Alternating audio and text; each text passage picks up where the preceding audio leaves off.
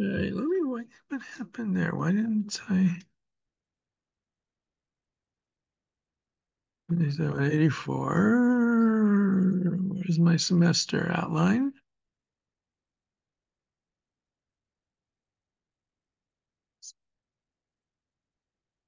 And then class list, marks, notification, emails, attendance, reception, schedule.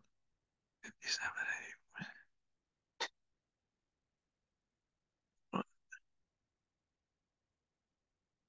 New opening.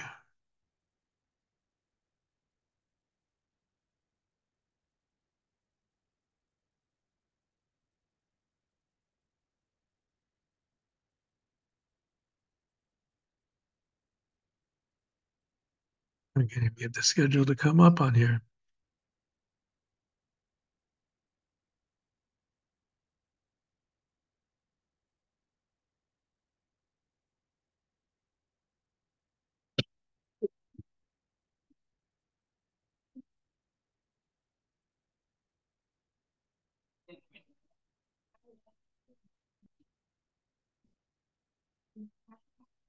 I'll have to go back. For some reason, it won't come up.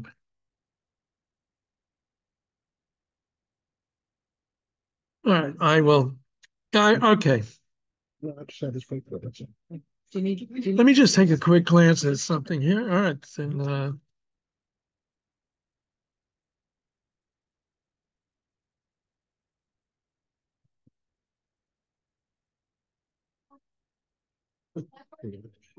January 31st. Okay.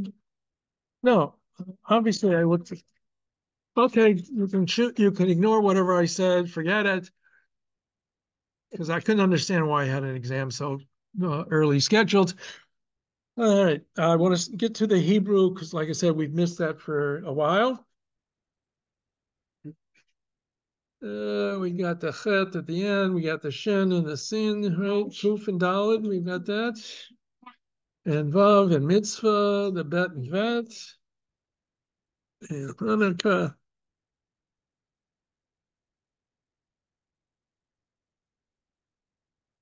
Did we do the kaf? Page 42?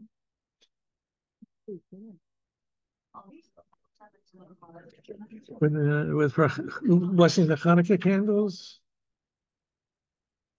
Okay, so no, so we're on page 46, the Samach.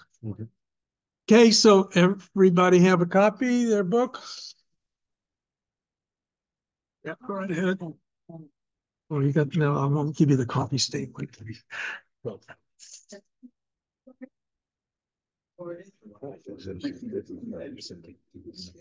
right, so page 46, we're up to the letter Samach.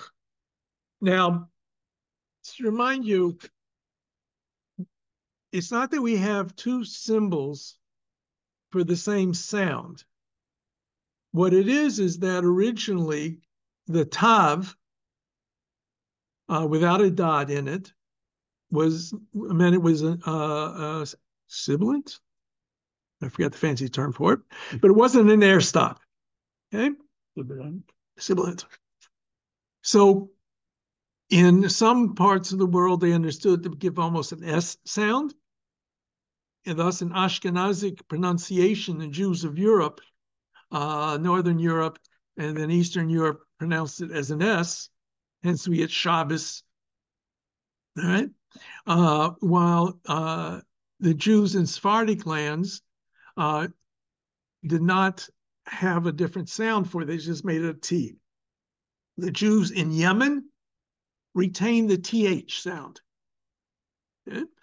And we know it was TH, or at least the Greeks heard it as TH, because in the translations, or which were really transliterations of certain things like the Sabbath, Sukkoth, those words that end with the tav without the dagesh in it, at least the translators of the Septuagint, they heard it as a th sound.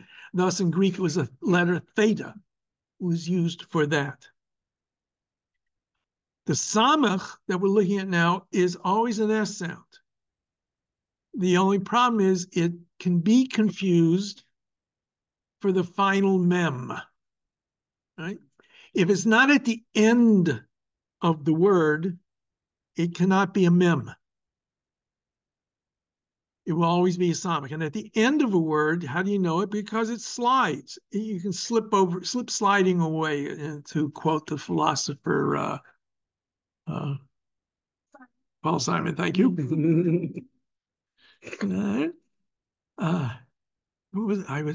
I was reading a book just the other day, and in this particular work, he referred to a philosophical statement by Taylor Swift,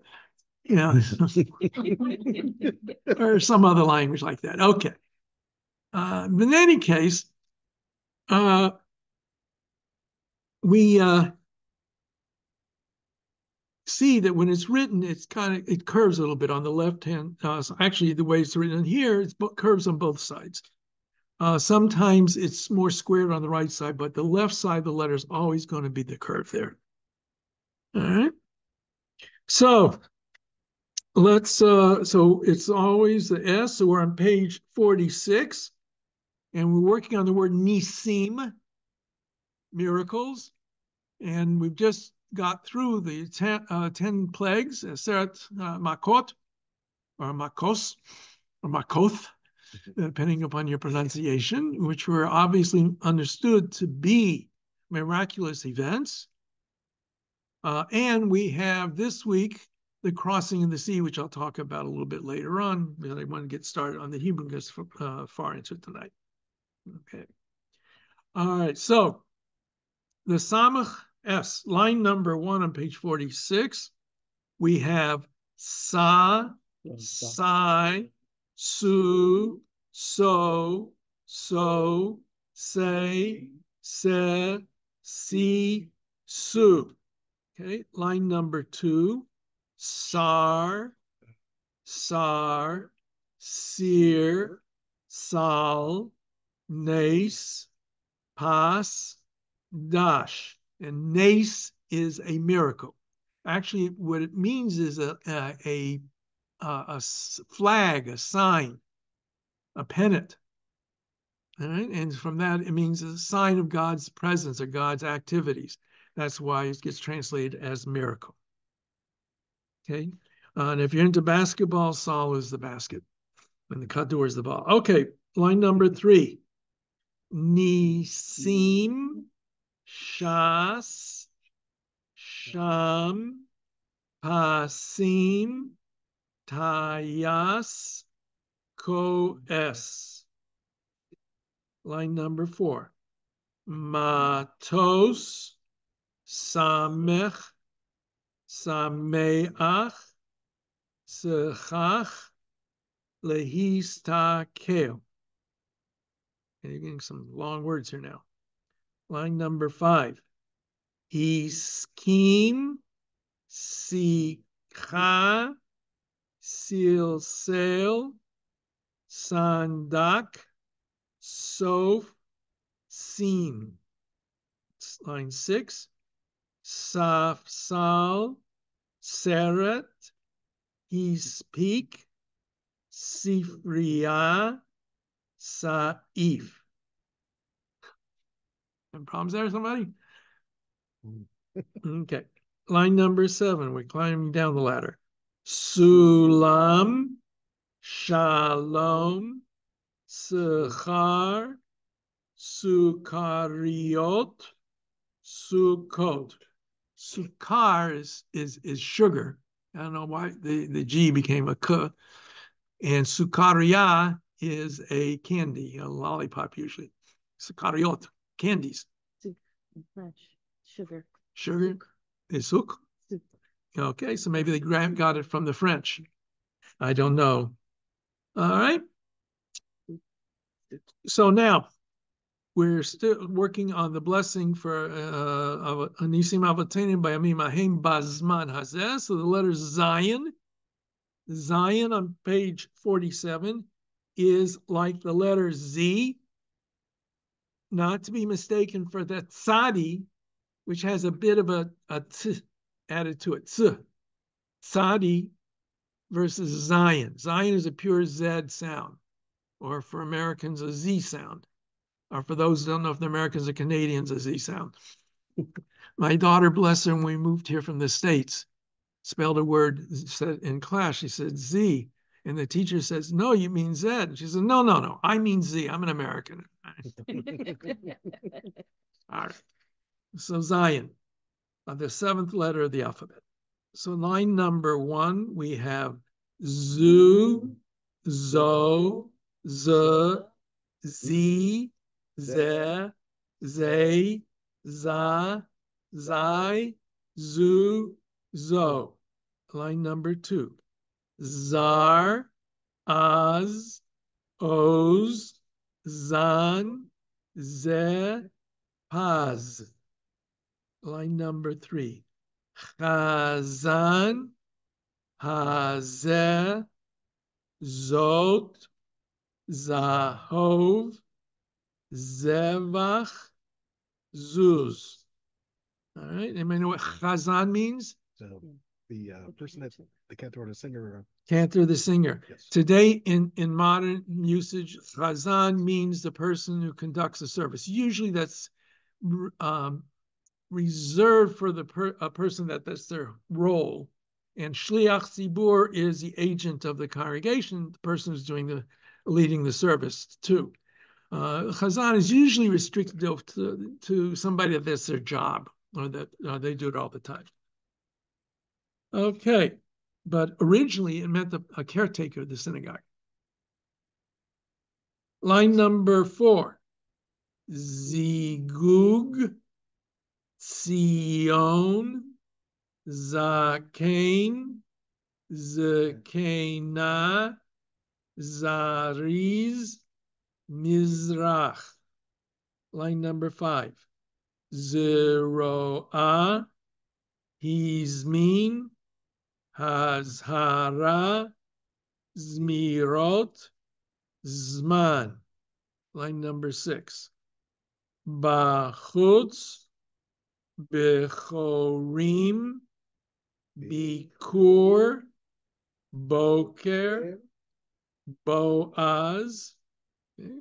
Line 7, Zarak, Tzachak, Rotzeh, Razeh, Zechut. Zechut's an important word, merit. To merit. Okay. So we have finished introduction to basic Hebrew reading. We've gone through all the letters of the alphabet. We've gone through all of the vowels. Everybody here knows now how to read Hebrew perfectly without any problems whatsoever. Well, you'll get there. It takes time. It takes time and practice. All the time. All right, so when we come across something that doesn't happen regularly, it's a once a year kind of thing, or once in a certain long period of time, it is really when the Shehecheyanu is recited, the first night of the holiday, right? Not the normally not the second night, first night of Hanukkah, not the rest of the nights of Hanukkah. So that's called the Shehecheyanu. God willing, if you do go before the Beit Din, and the Beit Din chooses to accept you, one of the practices that we follow with our Batei Din here in town is that after the blessing for the immersion in the mikveh, the individual also recites the Shehecheyanu. Okay, so Shehecheyanu is on page 48. In the middle of the page, let's read that together. We say, Baruch Atah Adonai Eloheinu Melech Haolam Shehecheyanu V'kimanu V'higianu Lazman Hazeh. All right, and the word we say after we hear somebody say a blessing. Normally, when we say a bracha, we do not say amen to our own bracha. Amen is what somebody hearing a bracha and they're not saying it will say. Okay? So Amen is translated into English as Amen. It's usually just it's not translated usually Amen or Amen. Okay. So and Shechianu has got to be one of the most difficult blessings to say. The Shechianu, Vikimanu, Vihigianu, Lazman Hazeh. People do stumble on that frequently. I eat it. Evening. Okay. So what you have helpful hints that follow this, and then additional blessings. So let's turn over to page 50. Okay, so we have different kinds of brachot. Judaism wants to sensitize us to the world around us. It really does. And when you see a phenomenon and you remember to say a bracha associated with it, it sensitizes you to that phenomenon. It makes it more than just something happening. So before we study Torah in the morning, there's tradition to recite a blessing of Torah. This is not the blessing that we say when we get called up to the Torah. This is a blessing that we're supposed to recite before we begin a daily study of Torah. Okay? So on page 50, let's read that together. Top line. Baruch atah Adonai Eloheinu melech haolam asher hidshanu b'mitzvotav v'tzivanu la'asok b'divrei Torah. B'divrei Torah. All right, so now when we eat, before we eat something, all right, there must have been something there funny, I don't know. Before we eat, if we're having a full meal that is introduced with bread, since bread was the staff of life, it was the most important element, and still in parts of the world, bread is still the mainstay of life. Once we say the blessing over bread, we don't need to say any other brachot during the meal. If we're not having bread, or we're not eating a meal, but we are eating something, then there are different blessings that are recited for the different kinds of things. So if we eat something that is made from 5 species of grain, wheat, oats, spelt, rye, wheat, barley, wheat, oats, barley, all right? Then we recite the blessing of Renei Minei Mizonot, if it's not bread. So that donut, that Danish, which should be called Jewish, yeah. Cakes, pastries, these kinds of things, the blessing that we recite is mizonot, but it has to be one of the 5 species of grain. If it is made from rice, it's a different story.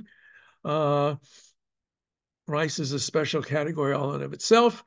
And we usually say mizonot over that, but any other kind of grain, cornmeal, for example, if it's just cornmeal, we wouldn't say mizonot. If it is any other kinds of grains that are used in the world for cooking purposes, we wouldn't say mizonot. But most of the time, what you're going to come across in our world in North America is cookies and cakes that are made from grain flour. All right. So let's read that bracha. We say, Baruch atah Adonai Eloheinu melech haolam borei minei mizonot. Now they translate many kinds of foods. The hazain means to satisfy you, to give you what you need.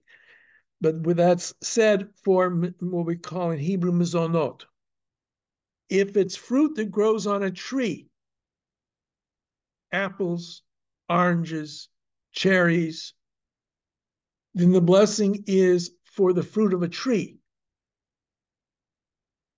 So we read there. Let's read that bracha.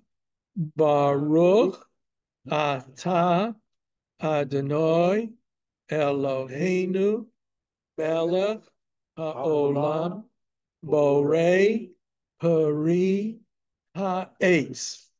Okay. Now, if it is something that grows basically straight out of the ground, I'm getting to it.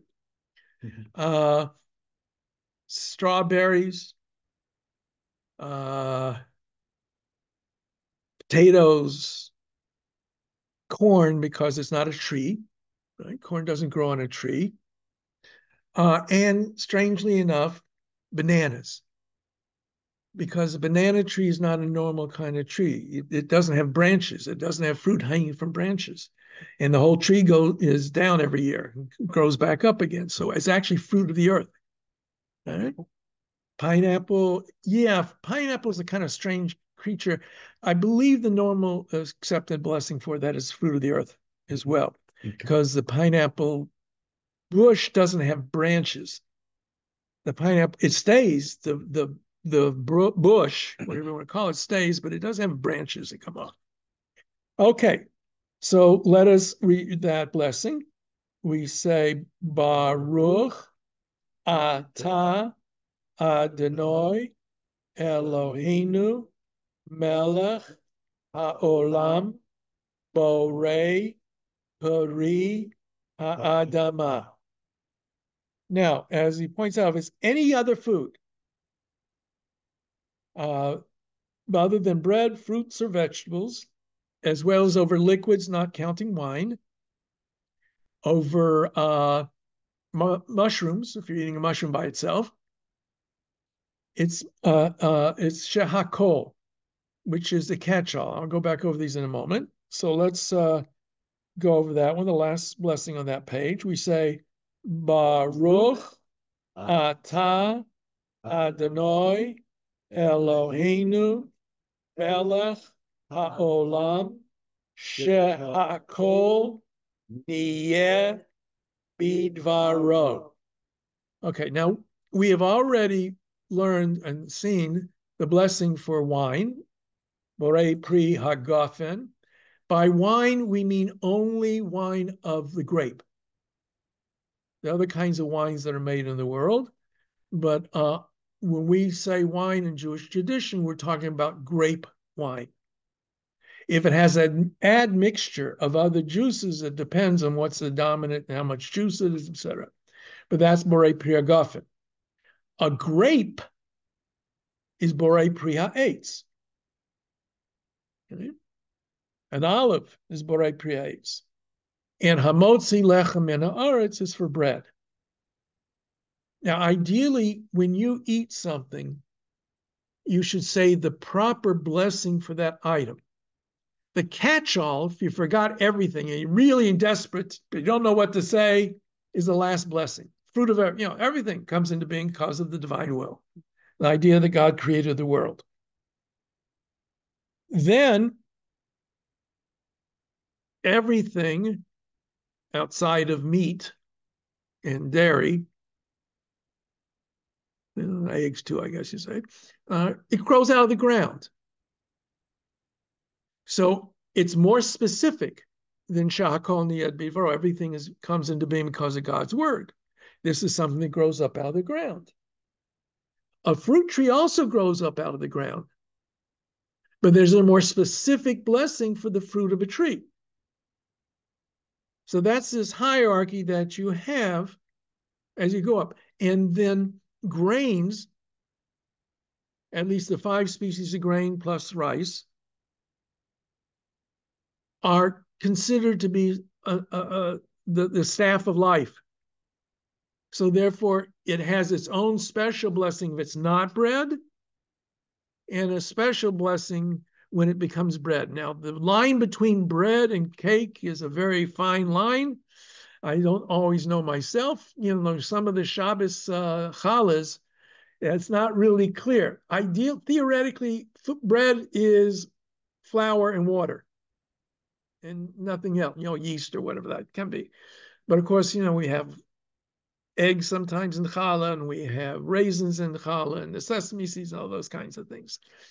But once you start adding all kinds of other things to it, it's usually mezonot.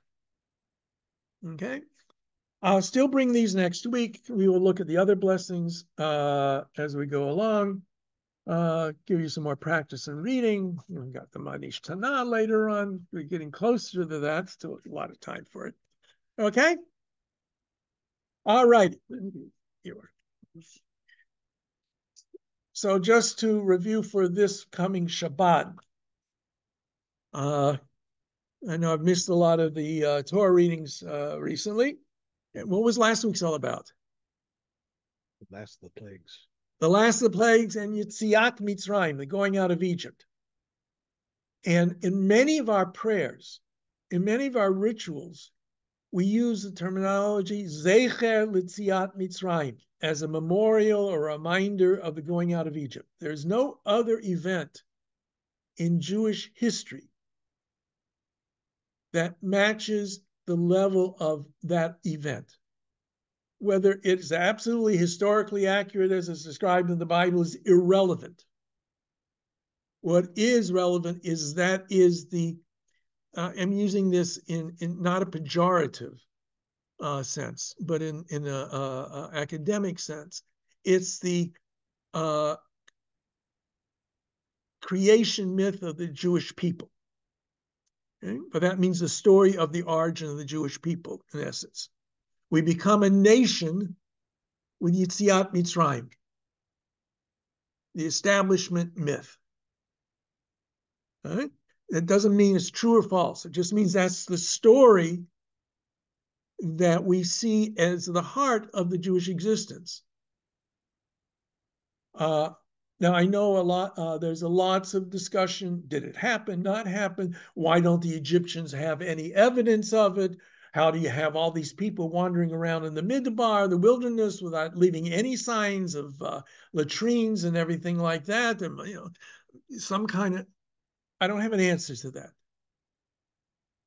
But I do know one of the things that pushes for its least kernel of historicity, whatever the actual kernel is, who would come up with such a myth? Why would you say your existence as a people comes from a people that were being held as slaves?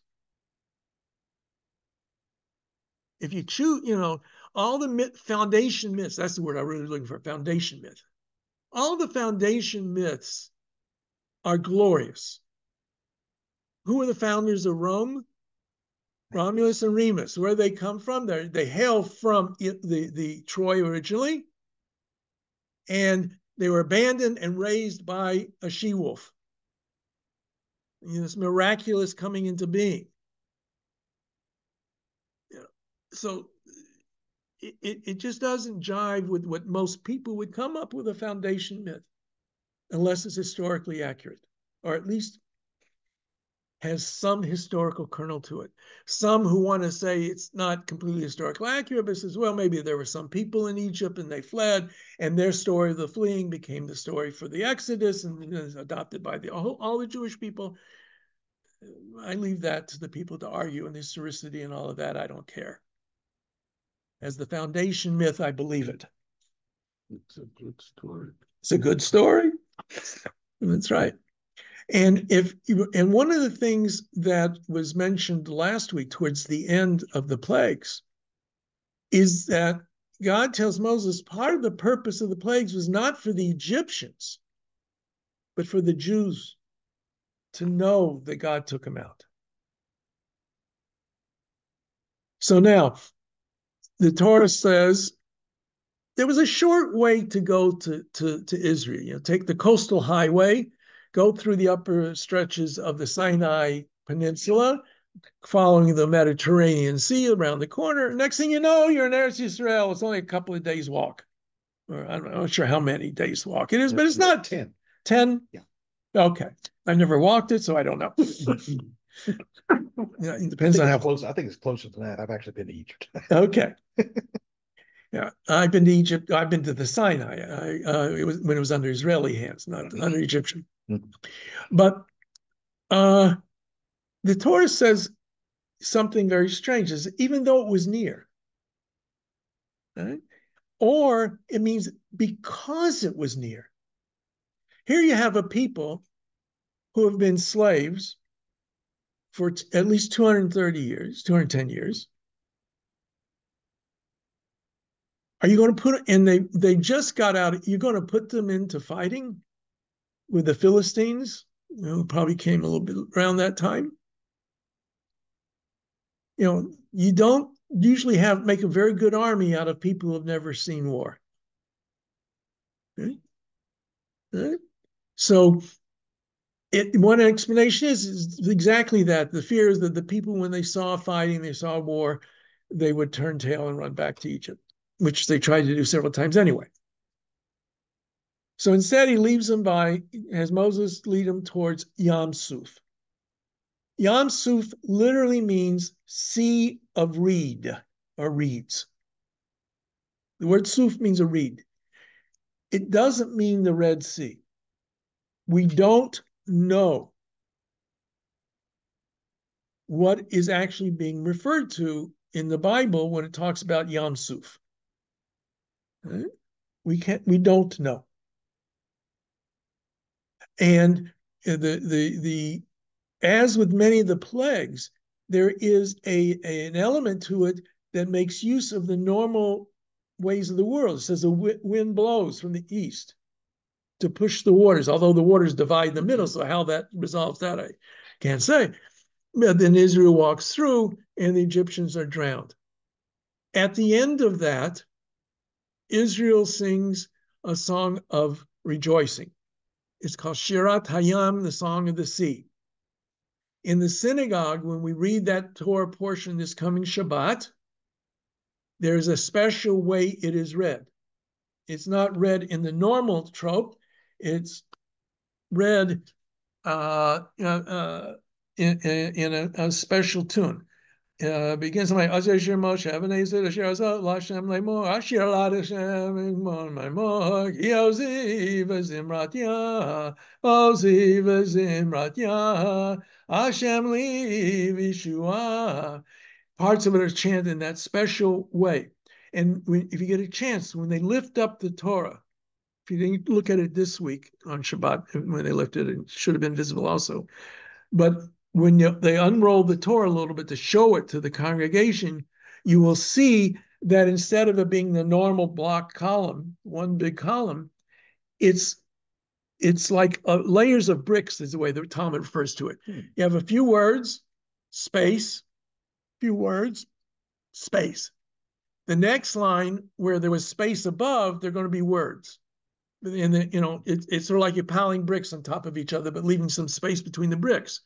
You don't pile one straight on top of the other, the whole thing will fall down. But if you put overlapping bricks, it's a little stronger for the wall. So it's written in that special way in the Torah. Now, mentioned before that on Shabbat, along with the Torah portion, we normally have a prophetic reading. Most of the time, it's from one of the three major prophets: Isaiah, Jeremiah, Ezekiel, and from the minor prophets as well. This week is not the only time it's taken from the book of Judges, but it comes from the book of Judges. What is chosen? Shirat Devorah, the Song of Death. I'm trying to remember. Was I here? Did we talk about a little bit? Yeah. A little bit. Okay.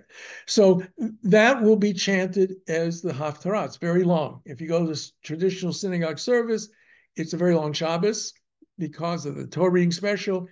And the Haftarah is a very long Haftarah because it has both a prose account of Devorah in the fight and a poetic account of the fight against Sisera.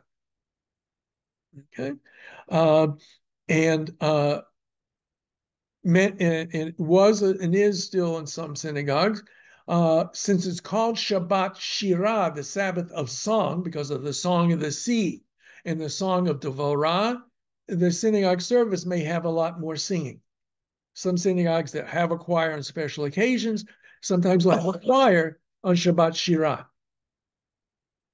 to live up to the name, the Sabbath song. Okay. And that is this week's Torah portion, Shabbat Shirah. Okay. I sent out to everybody a whole bunch of stuff. I don't expect you to remember all of it. You necessarily even have read all of it yet. And I know I didn't edit as well as I could. I was trying to make sure it got out to you, and I need to go over some of it. But we're going to start tonight and next week talking about really rabbinic literature. When we talk about Judaism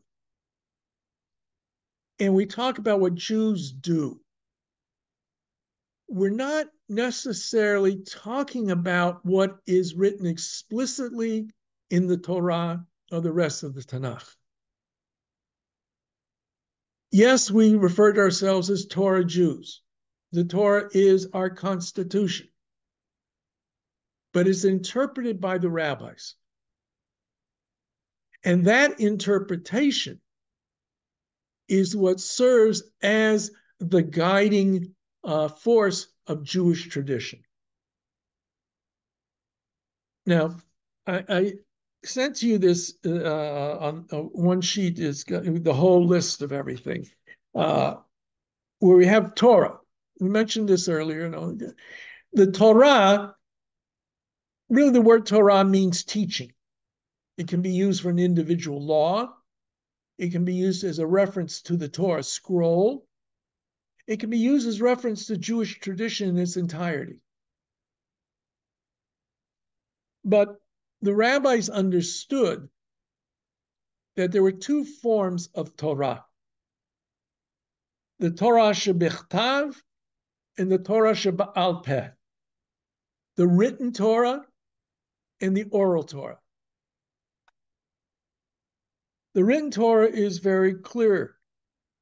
It's that which was written in the 5 books of Moses, and then to a lesser extent in the rest of the Bible, the Tanakh. It's written because that's written. Okay? According to tradition, God revealed to Moses also an oral Torah, which was not written. And indeed, the rabbis insisted for generations that it could not be written down, that it had to remain oral. And that, now, the Talmud itself records 2 different stories that give 2 different visions of this oral law. There's one statement that says anything that any student in the future,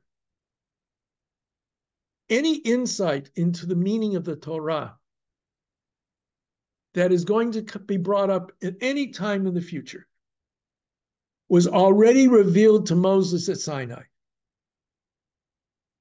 So if you remember, when we talked about Ecclesiastes last week, Ein chadash tachat hashemesh, there's nothing new under the sun. This expansive understanding of the Torah Shebaal Peh means everything. Any interpretation, even this last week, a week ago Monday, I was part of a Beit Din. And what was the Beit Din? The Beit Din was for the possible conversion of a child. Why do I word it that way? The child was carried by a host mother. All right? The genetic material came from the 2 parents. Okay? So is that child Jewish or not? Any suggestions? You can't be wrong, by the way. It's either yes or no.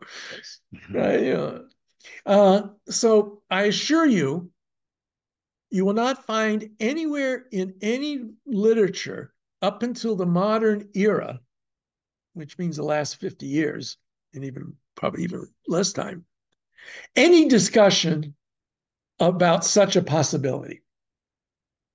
All right? Having a gestational mother that is not the genetic mother. All right? And what's the term I'm looking for? What? Surrogate. Surrogate, thank you. As I get older, the words start to disappear. I may have to quit teaching soon because I won't be able to get anything out. But anyway, the earliest forms of surrogate motherhood was really, you had the mother who wasn't the wife, and the father who was the husband, but the wife couldn't get pregnant. So Hagar, the maidservant of Sarah, became the surrogate. Okay? And it was done in the normal way of things. There are some midrashic statements, questions about, based upon faulty science, that a particular woman got pregnant as a result of a man being in a hot tub before she was, and he had an ejaculate, and so she got impregnated. We know that's impossible today, but no more impossible than some other strange stories you find in the Talmud from time to time. All right? But obviously, until modernity, such a thing was not possible. But Moses knew the answer to that question. If anything that any student of Torah is going to come up with today to resolve that issue, it obviously was already revealed to Moses at Sinai. That's what that means. Everything, right? There's nothing new, nothing Moses didn't know. Then there's another story. And in this story, Moses, as it were, we use this terminology, as if it were the case, kiviyachol, as if such a thing were possible. When he was receiving the Torah from God, he saw God writing out a Torah scroll. I went the wrong way, writing out a Torah scroll. Okay. And he noticed that as God was writing out this Torah scroll, he put little crowns on some of the letters, called Hebrew tagim. Jots and tittles, it's mentioned in the New Testament. So Moshe says, what are these for? And so God says to Moshe, someday a great rabbi is going to explain all kinds of things based upon this. So Moshe says, show me this man. He's more deserving of giving the Torah than I am. So he says, turn around. So Moses turns around and he finds himself in the back row of the school of Rabbi Akiva, one of the rabbis of the Mishnah. Mishnah period, or Tanaim. And he's lecturing, and Moshe doesn't understand anything that's going on. Goes back to God and he says, God, I thought you were going to show me what happened to my Torah. Patience, Moses, patience. Go back. So Moshe goes back and he sits down again in the last row of where all the slow students are, or at least the newest students. And one of the students says, but Rabbi Akiva, how do you know this? And Rabbi Akiva says, it's a law that goes back to Moses at Sinai. So Moses was happy. Now, think of that story for a minute. Moses doesn't understand what's going on. Rabbi Akiva says it goes back to Moses at Sinai. So obviously he didn't know what Rabbi Akiva was talking about. But the germ, the seed of whatever came out was given to Moses at Sinai. All right? So it means that the interpretations and the deliberations come out of that Torah. As long as they are somehow connected to that Torah, it's a Torah that God gave to Moses at Sinai. So one's a very expansive understanding, and the other's a very narrow understanding.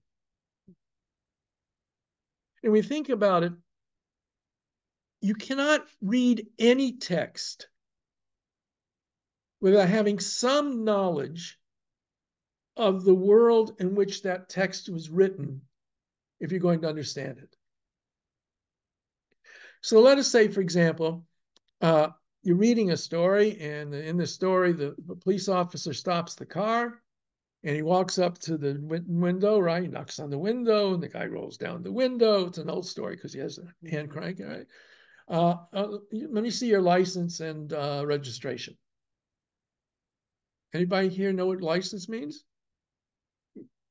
Right? We know what a license is. It's registration. What does it have to look like? What constitutes the license? What makes it a license? And we all know that it's a license, but we don't necessarily know what exactly it means. We know generally what it means. So you have to have at least general understanding of the words in order to understand the text, even if the words are not written in the text, the explanations. It says in Deuteronomy 25, if a man finds ervat davar, some unseemly thing in his wife. Talk about that when we talk about divorce. Please, God, you should know it, no experience of it. Right? Something bad. He writes her sefer kritut, a document of separation. And she goes out and she marries another man, and he divorces her or he dies. The first husband can never marry the wife again.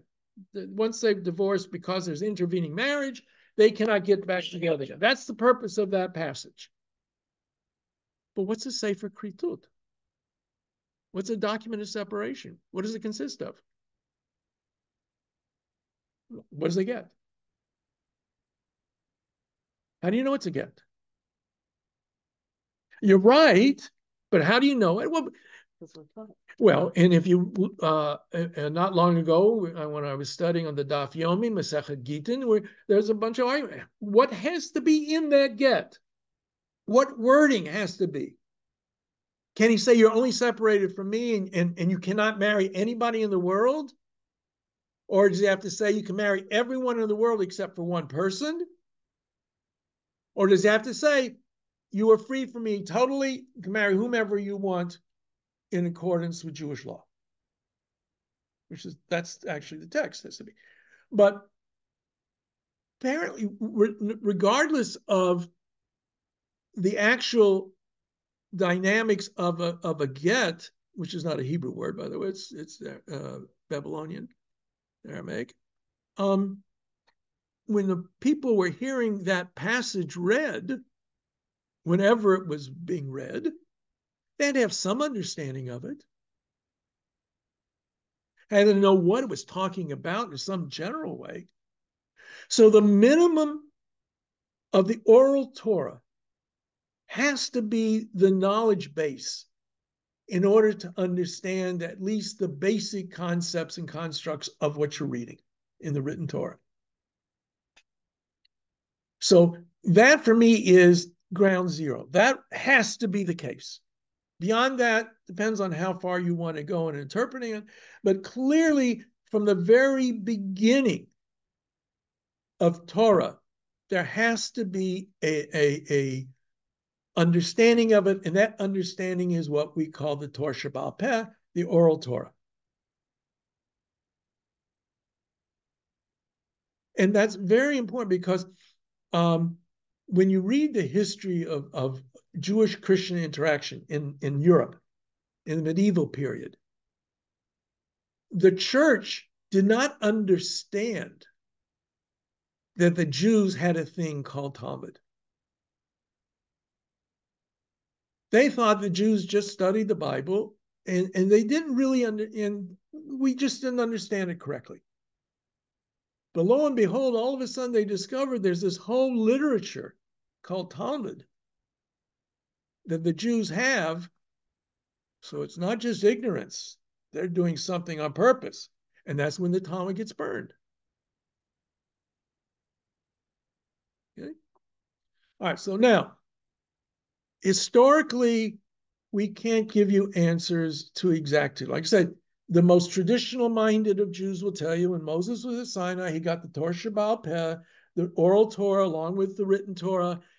He was up there for 40 days and 40 nights. He must have been doing something, so he learned, and God went over it with him and over it with him and over it with, but he still forgot some of it. And it says in Pirkei Avot, Moshe received Torah from Sinai. Moshe gibel Torah Sinai. Moses received the Torah from Sinai, or Torah from Sinai, not the Torah. Musaru Yoshua, and he transmitted it to Joshua. Yoshua, the Zakanim, and Joshua transmitted to the Zakanim. Zakenu Nevi'im, and the elders gave it to the prophets, and Nevi'im on Knesset Hagadolah, they transmitted to members of the great synagogue as this chain of tradition, which has been followed by various teachers of Israel leading up to the Mishnaic era. The Masorah, this apostolic, using a Christian term, succession of leadership is based upon that idea. So we know that there were interpretations and differing interpretations of some of the stuff, halachic, legal, and literary understandings of the Bible in different groups within the Jewish world. The rabbis refer to the Sadducees and the Bautisten as heretical groups. When you see this, when Josephus writes about the Jewish war and the history of the Jews, he describes at the time of the revolt against Rome, around 68, 66 of the Common Era, there were what are called Pharisees, Sadducees, Essenes, Zealots, and everybody else. He doesn't really say it that way, but everybody else, who probably was the majority. The Pharisees, who are sometimes picked out as the villains in the New Testament, are the spiritual ancestors of the rabbis. The Sadducees were mostly associated with the temple, mostly from the priestly class. The Essenes were a group that broke away, maybe reflected in the Dead Sea Scrolls in part, maybe not, but some of the distinctions that are there, we see the give and take within various elements within the Jewish world on interpretation of Jewish law, for lack of a better term. And what became Rabbinic Judaism, which is Judaism as we know it, comes through the Pharisaic stream. But all of this still is considered to be oral. The Bible, the Tanakh, for the rabbis, is closed around the year 333 before the Common Era, before the entry of the Greek world en masse to the Middle East, and the conquest of Alexander the Great. And anything that appeared after that time cannot be part of the Bible. And we mentioned that earlier. Now, there was a need to teach and understand what was expected of Jews who wanted to follow the Torah. And so these teachings, these interpretations, were the oral transmission of various sages over the course of time, without necessarily being written down. There is an interesting passage in the New Testament where Jesus is quoting a rabbinic teaching. You've heard it said, something like I think it's you have to your neighbor as yourself, or something along those lines, that he's quoting. But the point is, he says, you have been taught or you have been quoted, it means this. And I tell you, it means this. That give and take, we see recorded in the New Testament. That doesn't mean Jesus said it. They're just recorded in the New Testament in the name of Jesus. Okay? So from around the time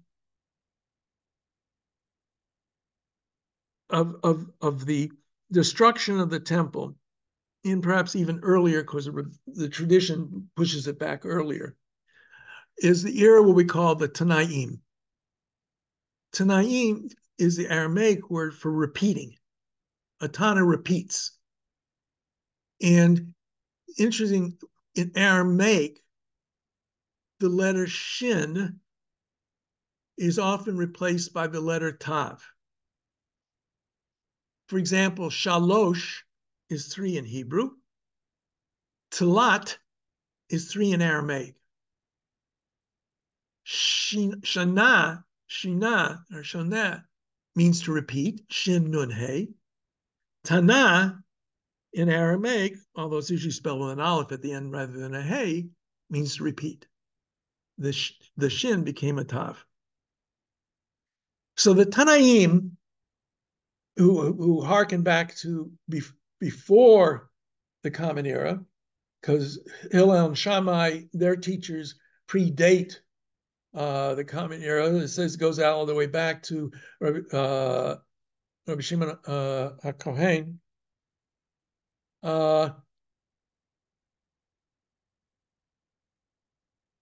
Studied, transmitted this oral tradition. Now, this oral tradition was collected and eventually finds its way into written sources. And there really were 2 styles of this oral transmission. One we call midrash. Midrash means to search out the meaning. And midrash is tied to the text of the Torah. So, for example, one of the most important examples of midrash, which is halachic in nature, legal in nature, is called the Mechilta. The Mechilta is a rabbinic commentary on the book of Exodus, and it opens discussing the passage that we read last week that talks about the new moon and the months. And it explicates that passage. Right? So it is tied to the Torah text as an explanation of what you see in front of you. Originally still oral. So it was, at what point it gets written down, I don't know. And so this is found in several works that are sometimes referred to as exegetical. I gave you on page 2 of the long English summary a list of some of the different kinds of midrashic collections. The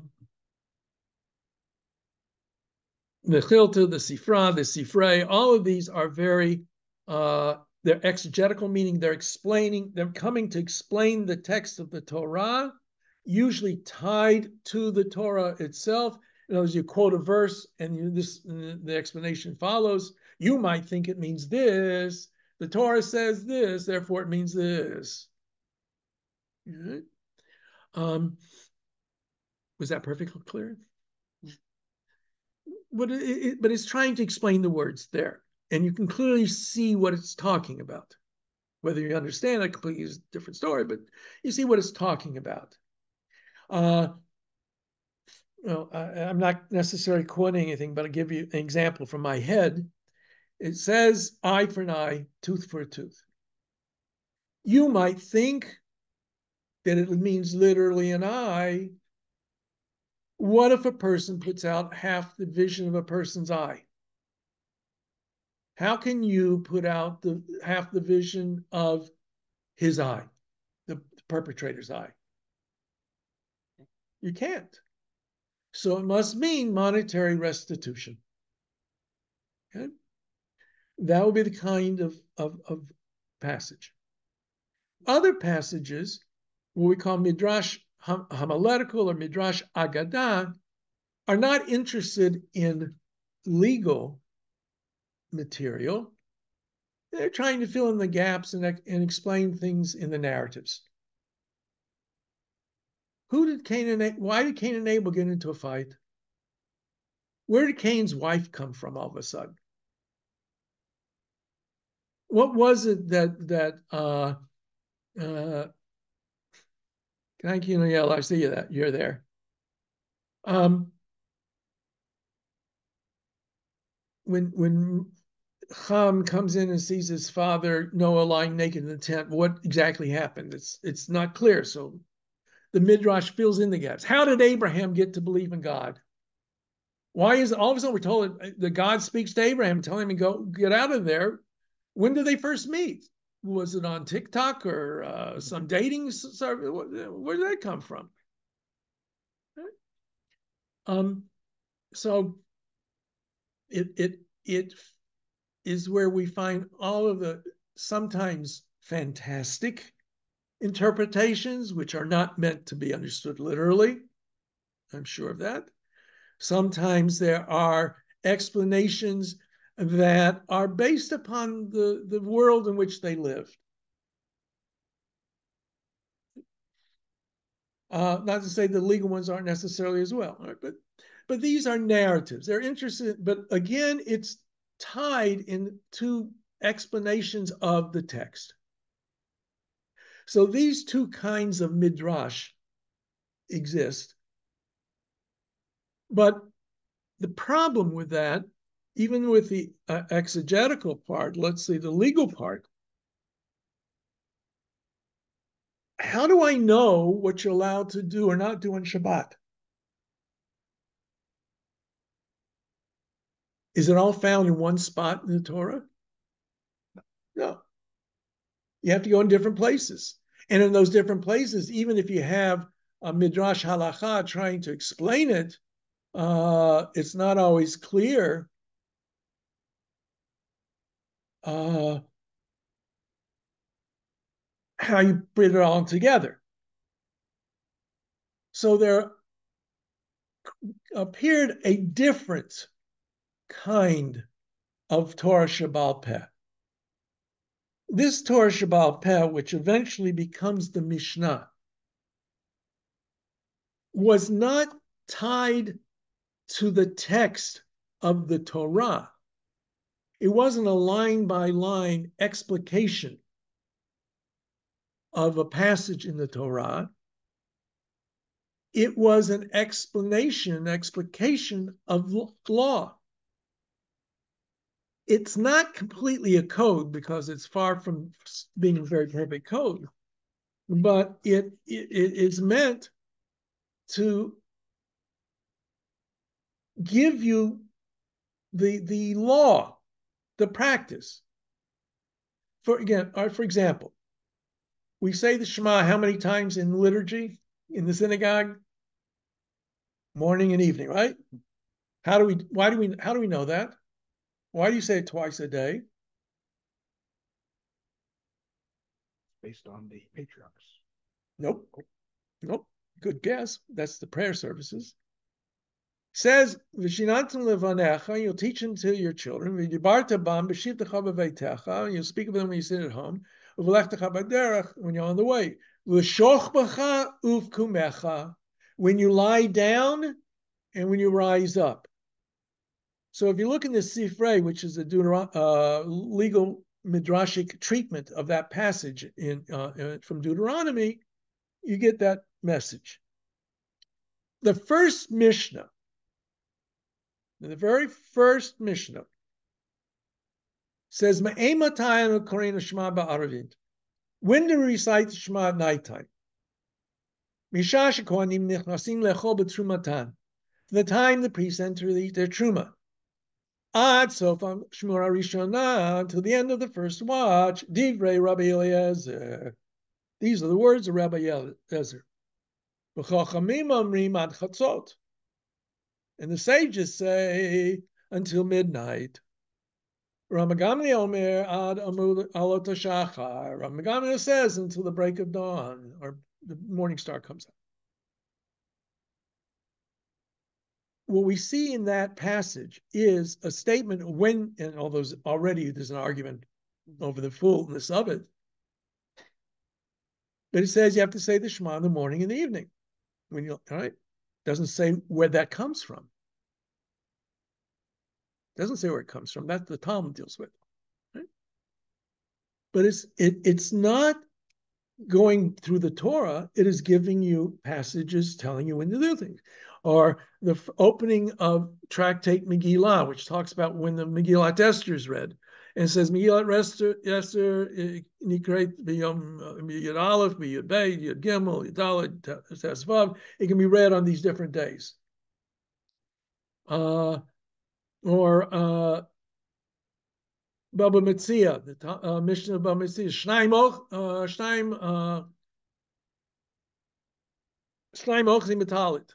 Two guys are holding on to a cloak. Zema Matzati Zema. This one says I found it. This one says I found it. This says it all belongs to me, and this one says it all belongs to me. You divide the coat between the two of them. Where's that mentioned in the Bible at all?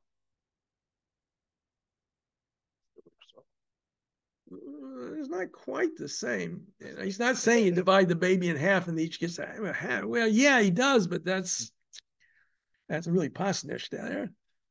So then it goes on to say, well, what if the guys come to court and one guy says, I found it by myself, and the other guy says, we found it simultaneously. So the first guy is saying it all belongs to me. The second guy is saying half of it belongs to me. So we've got this whole coat, or a cloak, talus is the Hebrew word. So they're not arguing about half of it. Half of it definitely goes to one of the guys because he says, I found it. Certainly. And the other guy says, you're right, you found it with me. So half goes to him. So they're only arguing about the second half. And since there's arguing about the second half and the claims can't be proved one way or the other, you divide it in half. So one gets 3/4 and the other gets 1/4. Solomon doesn't say anything about that. Okay. So this kind of literature develops over the course of somewhere from the time of the destruction of the Second Temple till around the year 200 of the Common Era. And then according to rabbinic tradition, Rabbi Yehuda HaNasi, Rabbi Judah the Prince, a descendant of Hillel, the leader of the rabbinic community in, he was in Sephora at that time, but in the Galilee, he's credited with editing the Mishnah. Now, there's a big fight. Does it mean they wrote it down, or that just became the official version? You know, because things can still be memorized and have an official version. Right? Or was it written down there? That's the scholars arguing. We don't need to deal with that. But that's the Mishnah. So we get Jewish laws and traditions codified, sort of, as a law code. It's terrible. As a basic listing of most of what's expected, or general categories, what's expected of the Jew, it works okay. But now this becomes the source of discussion amongst the next generations of rabbis. So that, for example, right away in Brachot, the Talmud, I'm not going to get into the critical versions of all this. The Talmud says, why does it start talking about the Shema at nighttime? Shouldn't we start talking about the Shema in the morning? Furthermore, how do you even know you have to say the Shema at night or morning? What's the basis of that statement? So the Amoraim, which is the title given to the rabbis of the Talmudic era, discuss and argue over what the Mishnah says, how to understand the Mishnah, what are the limits. And there are certain things that are going on. Usually they try and make the disagreement as narrow as possible, on the finest points as possible. So they basically agree on everything else. And we have a little difference here. Why do they have differences? Well, one of the explanations of the rabbis is because the great rabbis of the first generations didn't listen to their teachers well enough. Says they, the ones that they look up to are the ones who didn't listen well enough. And so basically what transpires is you have a teacher, an amorah. He has in his school what is known as a Tana, same word for the previous generation, but it means something different now. It may be an idiot savant. He memorized all the Mishnah. So he would say, when do we say the Shema at nighttime? If times underneath the Truman in the first watch, these are the words of Rabbi Eliezer. And then the rabbi might explain something there. Or he might say, wait a minute, we have a contradiction here. And he tries to resolve that contradiction. Or he may say, no, the only way to resolve that contradiction is to amend your version of the Mishnah. Don't say it the way you said it, say it this way. Or you may say, you know what? We have some other material that didn't make its way into the Mishnah. They were said by the same rabbis. There they say this. Here they seem to be saying that. How do we mesh the two together? And so the give and take over the generations of several generations is what creates the Talmud. Now, there were two recensions of the Talmud. All this is in your notes, but there's what we call the Talmud Yerushalmi, or the Talmud of Eretz Yisrael. Also, interestingly enough, in today's world, the Palestinian Talmud. That's what it was always referred to before. Is finished earlier. Is debate, if the Mishnah is compiled around the year 200, the Talmud of the land of Israel is maybe 350 compiled, edited. Well, the Talmud of Babylonia, it's called the Babylonian Talmud, but it wasn't Babylonia anymore. It was already Persian. And later on, even towards the end of some of that material, already the Muslim period. The rabbi, now they quote each other sometimes. They quote rabbis from the land of Israel in the Babylonian Talmud. And in the Talmud of the land of Israel, they sometimes quote the Babylonian rabbis. But they're separate works. Sometimes they don't mesh. But those become the base of what we call the Talmud. Now, the Talmud of the land of Israel was neglected. It was for various reasons. Why did Rabbi Yehuda Nasi decide to edit and maybe write down the Mishnah? Because by the year 200, there was already beginning to be pressures on the Jews in the land of Israel, and the rising of Christianity within the Roman world began to cause some of that difficulty. Similarly, by the year 350 to 400, even more difficulties in the land of Israel, which may have meant why they finished it earlier. It was not as well edited. It was not as well preserved. While that of Babylonia was edited from a number of generations later, preserved, and most importantly, it was taught in the academies that existed in Babylonia up until even after the conquest of Islam into that part of the world. The Gaonim, the heads of the academies, we know up until even after the year 1000 of the Common Era, there still were academies. There's still the Gaonim who led those academies, which we'll come back to. And, I always like to say, if you're a professor at Harvard, you prefer to quote materials written at Harvard rather than materials written at Yale.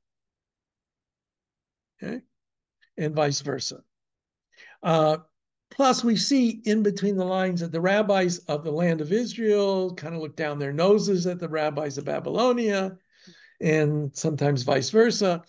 But the Babylonian Talmud, if you hear somebody saying the Talmud, generally today, we're speaking the Babylonian Talmud. Now, the Mishnah was written in Hebrew. Rabbinic Hebrew is not quite the same as biblical Hebrew, but it was Hebrew. The Talmud was written in Aramaic. Aramaic was the language that replaced Hebrew as the spoken tongue of most Jews at that period of time. Although the scholars in the academies would sometimes quote in Hebrew, no, never mind. That's already getting into the critical issues. All right. They are different dialects, and so it's not always easy going from one Talmud to the other Talmud to understand them the same way. They have their different things. But this was the foundation of Jewish law, the halacha. Halacha means law. The Talmud is not halacha. The Talmud contains halacha, contains law, but it also contains stories. It contains myths, clearly mythological references, giants and big birds and that kind of thing. It has medical advice, which I advise you not to follow. It is often based upon the science of their day and age, which we today would not favor very much. And it's human beings reacting to the world around them. Now, the scholars were almost 99.99% male. This was not the world of women. And many of the rabbis were somewhat misogynist. So that's a reality you have to keep in mind. And in today's modern world, that gives rise to all kinds of issues in the modern era, especially as women today are getting more into studying of Talmud. Up until 50, 60 years ago, a person who studied Talmud was more than rarely a female. There was no schools where women went to study Talmud. Even the Jewish Theological Seminary, which now admits female rabbis, graduates female rabbis, when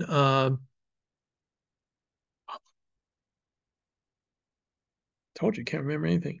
When a woman scholar, and she's scholarly, wanted to attend Talmud classes, it was a special permission for her to attend the Talmud class. Henrietta Zold. Mm-hmm. But we do have reference here and there to women who were knowledgeable. One of the famous ones that are mentioned in the rabbinic literature was the wife of Rabbi Meir, one of the rabbis of the Mishnaic period, Bruria. And Bruria was noted for being a scholar. She had a sharp tongue sometimes. There's a story that recounts how one time a student came up to her and says, "How do I get to X, Y, or Z, whatever place it is?" And she kind of upbraids him and says, "You're not supposed to spend time talking to women. You should have used fewer words." I'm paraphrasing. Right? But you should have said, "Where Akko?" or something along those lines. Another famous story in a much nicer vein says that her husband, Rabbi Meir, used to be bothered by these hoodlums in his neighborhood. And one day he came home and he started praying that God should destroy them. And she says to him, "No, you're misreading what it says in Psalms. It doesn't say Yibadlu chata'im min ha'aretz. It doesn't say that sinners will be removed from the world, but the sin will be removed from the world. You should pray that the sin be removed, not the sinners." The sins will be destroyed. There will be no more evil people. So she teaches her husband that. And we'll come to Rashi later on. His daughters were supposed to have been famously scholarly as well. So the Talmud is a large work. What time is it now? Okay. Save for next week, I think. But it is not an easy work. The Seis in Aramaic is sometimes truncated. It's not spelling out the whole issue in front of you. Sometimes it's clearly ahistorical because it lists Rabbi A as making a statement, Rabbi B disagreeing with Rabbi A, but we know that Rabbi B lived earlier than Rabbi A. He could not have said what he said about Rabbi A's statement. Yeah? But if the editors put it together that way because he probably said this and they made it into a difference of opinion between them. And that's what studying Talmud is like. It's like you're involved in a conversation crossing the generations. So that a rabbi who lived in Babylonia is quoting a rabbi who lived in the land of Israel 200 years before. Right? Furthermore, in order to disagree with a statement of the Mishnah, a rabbi of the Talmudic era had to have another rabbi from the Mishnah period who said the same thing that he's trying to say, or at least that he can interpret that way. In other words, if you're, I'm not saying this to be taken seriously. I'm the rabbi, you're the student. If you want to disagree with me, Now, if you say, but Rabbi X, who's my colleague, says this, then you can cite Rabbi X to disagree with me. You yourself can't disagree with me, but you can interpret Rabbi X to be disagreeing with me, maybe, even if he never thought it that way. Okay, follow? So earlier generations have greater authority, although in the end it becomes okay. So generally speaking, what happens is the debate will go back and forth. Either it's just based on logic, sometimes it's on proof text, either proof text from the Torah itself or proof text from other rabbinic sources to help interpret the Mishnah. But it is divided, it follows the division of the Mishnah. The Mishnah was in 6 parts, 6 major parts, Seder, Sedarim, Seders, and then each Seder was divided up into separate Masechtot, volumes, for lack of a better term. And then each volume is divided up into chapters and passages, usually referred to as individual Mishnayot. So since the Talmud is kind of a commentary on the Mishnah, the way you normally have it today is you will have a Mishnah passage and then the Talmudic treatment of that Mishnah passage, which will go on for whatever length it is, and then another Mishnah passage and the discussion of it that follows. Right? That's how it's organized today. But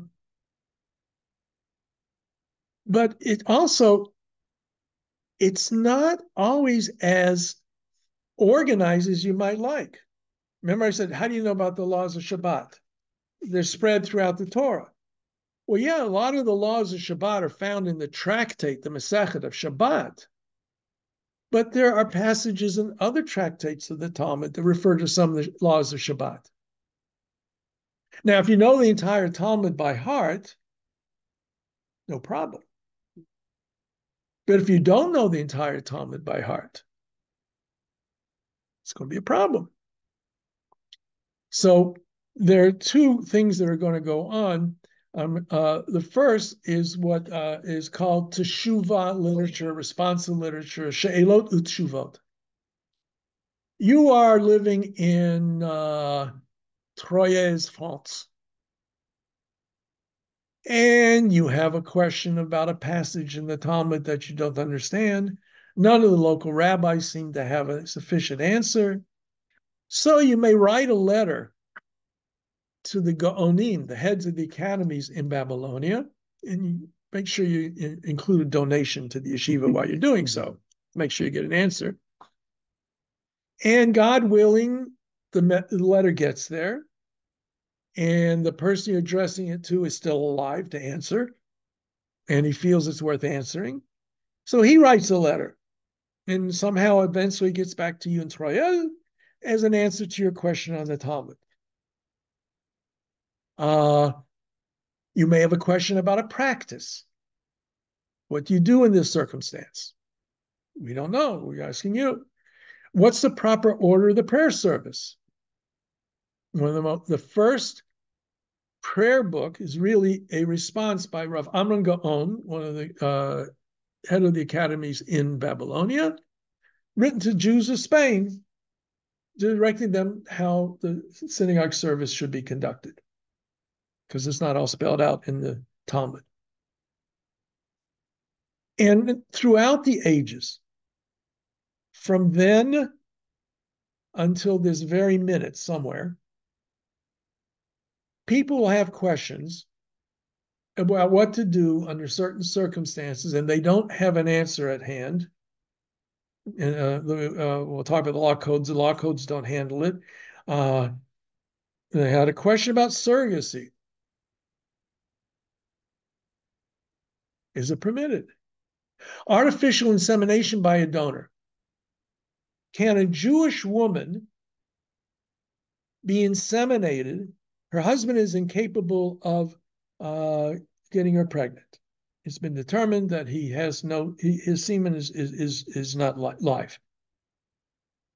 Can she be impregnated by semen taken from another man? Or is that to be considered adultery? I think it's the 40s. It might be even in the 30s. I'm not sure when the Teshuvah was written. But Rabbi Moshe Feinstein, an important Orthodox rabbi in the, I think he dies in the early 60s. I forget exactly when. Was one of the outstanding authorities within the Jewish world, especially basically in the Orthodox world. He was addressed with that question. And he wrote back based upon his reading of different Talmudic passages, including the one that I mentioned earlier about a woman getting impregnated when she was in the bathtub, and there was somebody, she was not married, permitting it. It was known in those days as AIDS, artificial insemination by a donor. Obviously, that meaning changed over time. Okay, there's an answer. Boy, did some of the other rabbis not like that one. All right? And so other teshuvot, responsa, were written opposing his position. Says she's committing adultery. Or, more recently, can you remove a respirator from a person who has been determined by the doctors to be brain dead? Does brain death qualify under Jewish law as a definition of death when always we had the idea of respiration was the definition? And this still has not been finalized, and rabbis on different sides of the position have written responses to different people ask about it, saying yes or no, yay or nay. Some are more mundane. Do astronauts on the moon have to pray once every 28 days, the morning service at sunrise, or do they go by where they left Earth? I've been reading that. Yeah. Yeah. The old joke goes that the first Jewish, who knew the first Jewish astronaut was going to be a woman? The first Jewish astronaut comes out of the space capsule, plops down on the ground exhausted. He'd only been up for a couple of days. Well, why are you so exhausted? He says, if you had to put tefillin on every 90 minutes, you'd be exhausted too. So the answer, by the way, is that most authorities say he bases himself where he left. Mm-hmm. Yeah. Yeah. All right. Now, by the way, that's not so strange, because in the 17th century, I think it is, there's a response written, what if you live so far north, there's no clear sunrise and sunset during part of the year? What do you go by? Right? So some has basis in it. So, and like I say, today, rabbis are writing responses to questions that they are asked. I've included some of them in the material I sent you. We'll talk about them more next week, right, to give you a flavor of what it's all about. Now, along with that begins a process of codification. A code is a statement of law in an organized manner. It's not story, you say the law and you get into these stories and this back and forth, and all of a sudden you're on a tangent and we were talking about Shabbos and now you're talking about some little girl riding a horse in Upper Siberia or something. The first attempt, a major attempt, was done by a Rabbi Yitzhak Alfasi, who lives in Fez. That's why he's called Alfasi, the guy from Fez. And what he did was kind of made a Reader's Digest of the Talmud. He tried to cut out as much of the unnecessary material and just giving you the law as he saw it, based upon the Talmudic discussion. But still, if you read a book, what takes place on page 12 does not necessarily contact directly with page 47 or 147 or 557. They may talking about the same thing, but I forgot already. I'm 10 pages down. I forgot what he said on page 7. So the most important code that came into being then was the one written by Moses Maimonides, the Rambam, the Mishnah Torah. And I've skipped over the exegetes of the Talmud. All that's going to be next week. It's always hard to figure what order to do all of this. Maimonides writes in the very beginning of his work, the Yad HaChazakah, the strong hand. It's called that as a play on words. It was divided into 14 volumes. Yud Dalet is 14 in Hebrew. Yad is hand, strong hand. He also referred to his Mishnah Torah, the second Torah, repetition of the Torah, which got him in trouble with some people. He spells out at the very beginning, he's not interested in giving you the give and take. He's not interested in discussing the various approaches to Jewish law or the law at hand. He wants to tell you what the law is. This is what you have to do. And generally speaking, that's how he handles it. He goes through, he organizes it. The laws of Shabbat are found in the section that deals with Shabbat. The laws of damages are dealt with in a tort law section that is called Nezikin. The laws of sacrifices, because he covers everything. He covers all of Jewish law. The laws of kings there have their own separate sections within the 14 volumes of the Mishnah Torah. And he goes over all of this. Now, it became very popular, widespread, but it was attacked, it's a Jewish way of doing things, on several levels. One of the most important attacks was that by the Ravid, Rabbi Avraham ben David, the Ravid. He says in his comments at the introduction to his commentary on Maimonides' Mishnah Torah, I don't understand. Before you came along, if someone wanted to talk about a law, they cited the various authorities, they cited their opinions, and they gave their reason for why they went one way or the other. You didn't do that. You just gave the law, which is what Maimonides wanted to do. So the Ravid attacks him on that. And he writes a number of comments that become printed with the Mishnah Torah eventually, Hagahot. And one of the famous one is Maimonides says, anyone who says or believes that God has a physical body is a heretic. Ravid says to him, who are you to say this? Greater rabbis than you believe that God had a physical body. Who are you to say they're heretics? Now, the Ravid is not disagreeing with the ultimate statement. He does not believe that God has a physical body. But he's saying, who are you, Maimonides, to declare other guys heretics? And here and there he differs with, because also part of the difference was that Maimonides was part of the heritage of Spanish Jewry, North African Jewry, and the Jews of France and Germany had other interpretations. So the Ravid wrote some of that. Now, Maimonides wanted to make sure you didn't need any other book. He suggests even that you don't even need to study the Talmud. Just come to my book and everything will be spelled out for you. End of story. So what happens? Not only do people write commentary on Maimonides' work, they try to show how he derived it from the Talmud and sometimes interpret the Talmud based on what Maimonides is saying. So he lost that part.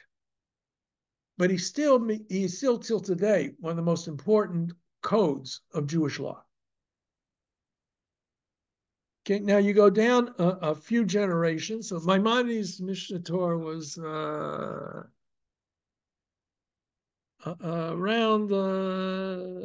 time did I say it was compiled between 1170 and 1180 of the Common Era. And one of the things that we do have remarkably is we actually have copies that he went over and made any corrections that the copyist may have made. Although we do have indications that he may have changed his mind on a few details later on. He wrote it in beautiful Hebrew, very easily understood.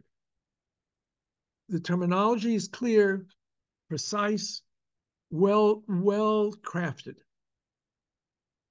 But as time goes by, issues arise, some differences of opinion perhaps on what he had to say.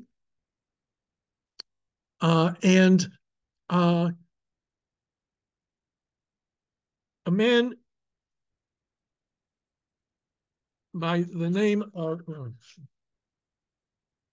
went to page 6, you're out of order here. Ben Arosh. Okay. Yaakov ben Asher. Yaakov ben Asher was the son of Asher, Rabbeinu Asher. Rabbeinu Asher was one of the last of the Balei Tosafot, which we'll talk about next week. He lived in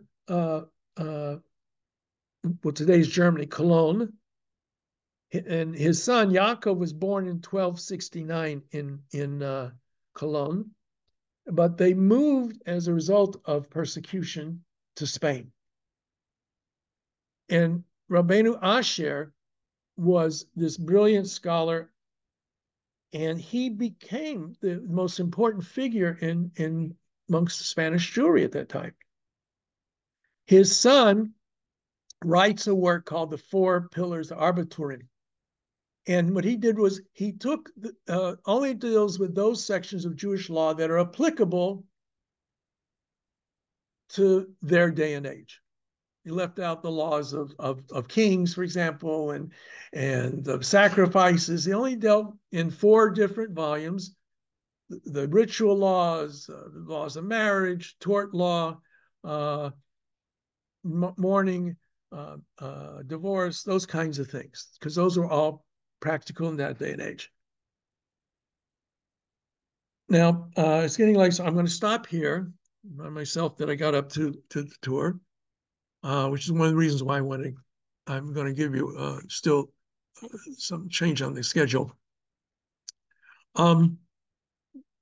We have not, we still have a few generations to go, and we still have to talk about the great commentaries on the Talmud.